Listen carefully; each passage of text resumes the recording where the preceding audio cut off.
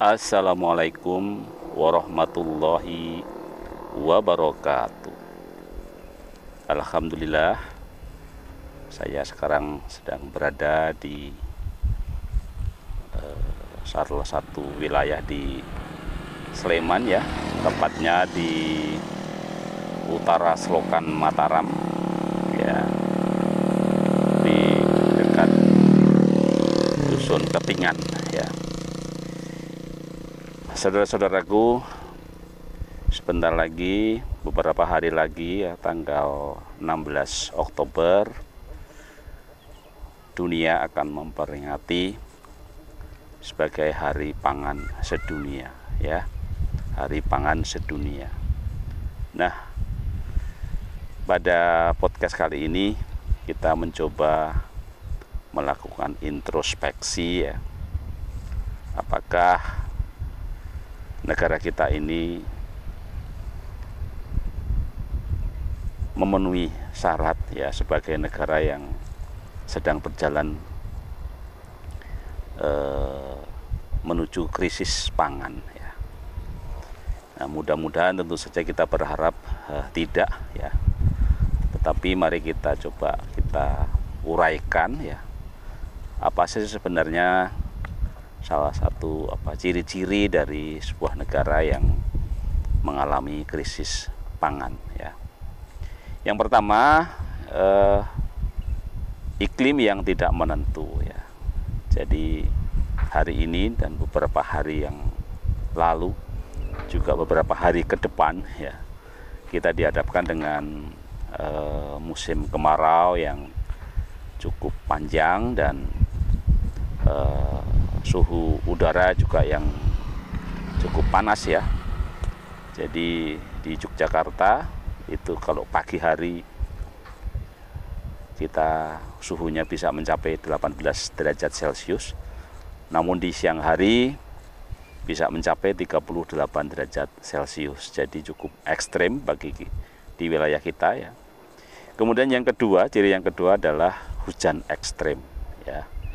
Jadi mudah-mudahan situasi panas nanti tidak dilanjutkan dengan hujan yang ekstrim, karena ketika panas ekstrim, hujan ekstrim, maka akan memenuhi ciri yang ketiga, yaitu bencana alam akan sangat banyak, atau resiko bencana alam akan terjadi gitu ya.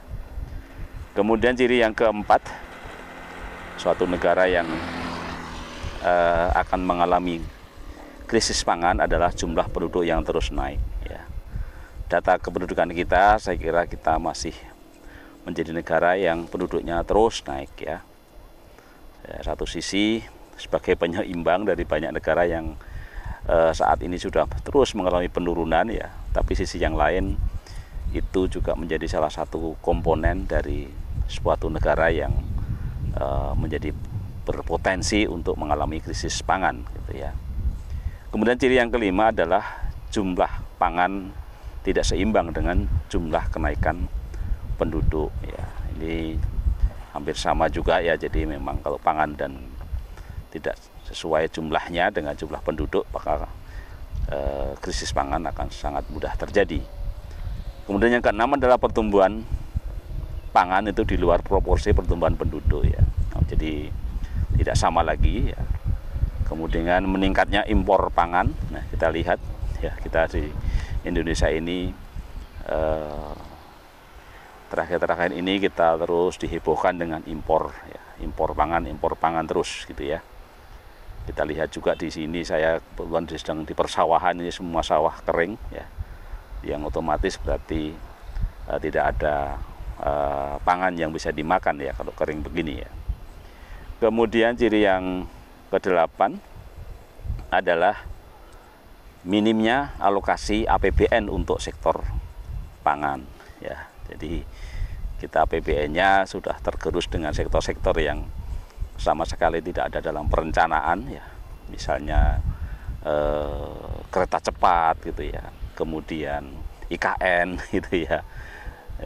Itu dua hal yang sebenarnya di dalam perencanaan awal dalam kampanye menjadi presiden itu tidak masuk di situ ya, tapi tiba-tiba ya menjadi sebuah proyek besar-besaran yang juga pada ujungnya menyedot APBN ya, karena ternyata tidak mudah juga untuk mencari utang ya, bahkan sudah diobral gitu ya dengan sebuah sewa lahan yang saya kira tidak masuk akal ya, karena sampai di atas 100 tahun gitu ya.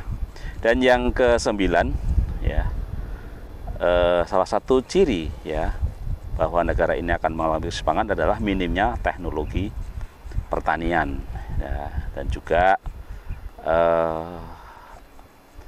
belum bisa melaksanakan kedaulatan pangan ya. Jadi kemarin kita rame-rame dengan food estate yang sampai hari ini sama sekali belum menunjukkan tanda-tanda itu. Jadi silahkan kita nilai sendiri ya dari 9 ciri tadi, apakah kita ini menuju krisis pangan ya atau kelimpahan pangan gitu ya. Dan tentu saja kita berharap ke depan hal-hal yang mungkin kita rasakan sebagai sebuah negara yang menuju pada sebuah krisis pangan mudah-mudahan bisa teratasi ya dengan perubahan-perubahan perpolitikan di negeri ini. Baik, sekian podcast untuk hari ini tentang ciri-ciri dari negara yang akan mengalami krisis pangan. Tetap sehat, sehat fisik, mental, sosial, dan spiritual. Wassalamualaikum warahmatullahi wabarakatuh.